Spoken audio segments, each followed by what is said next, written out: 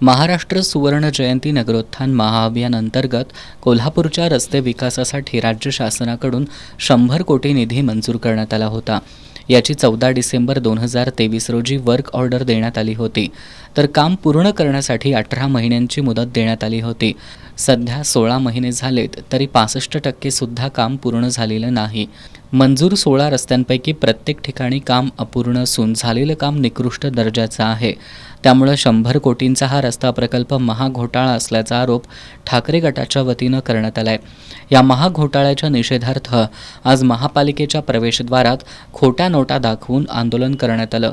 100 खोके एकदम ओके, डांबरात तोंड काळं करणाऱ्या प्रशासनाचा धिक्कार असो, अशा घोषणा देण्यात आल्या। शहर अभियंता नेत्रदीप सरनोबत यांनी निवेदन स्वीकारलं। यावेळी त्यांच्यावर प्रश्नांचा भडीमार करण्यात आला। या घोटाळ्याची CID चौकशी करून यातील खरा सूत्रधार आणि कोल्हापुरातील आका कोण याचा मुख्यमंत्र्यांनी शोध घ्यावा, अशी मागणी उपनेते संजय पवार यांनी केली।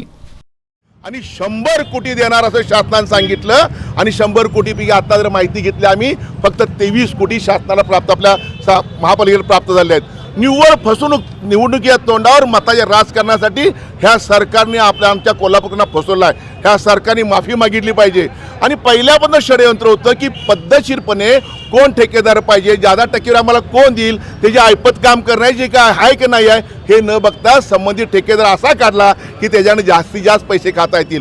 कोण आहे अक्का, कोण आहे कोल्हापूरतली अक्का हे सगळ्यांना माहिती आहे आणि अक्काला मदत करणारी कोण आहेत ते इथल्या अधिकारी, मग चीफ ऑडिटर त्यावेळेचे असून दे, तत्कालीन नगराभियंता असून दे, स्वतःची खुर्ची वाचवण्यासाठी कोल्हापूरचा गळा कापताय तुम्ही, कोल्हापूरचं नुकसान करताय, कोल्हापूरला फसवताय।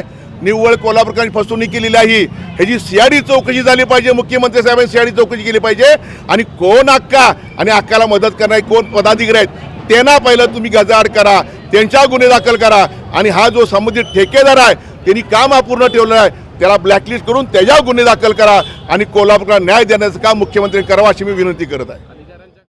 यावेळी संपर्क प्रमुख विजय देवणे, राजू यादव, हर्षल सुर्वे, मंजित माने, माजी नगरसेविका प्रतिज्ञा उत्तुरे, विशाल देवकुळे, दिनेश साळोखे, महादेव कुकडे, दिलीप गौड, स्मिता सावंत, पूनम फडतरे, भरत आमते, दीपाली शिंदे, कमल पाटील, शुभांगी पवार, रीमा देशपांडे, माधवी लोणारी यांच्यासह पक्षाचे पदाधिकारी कार्यकर्ते उपस्थित होते।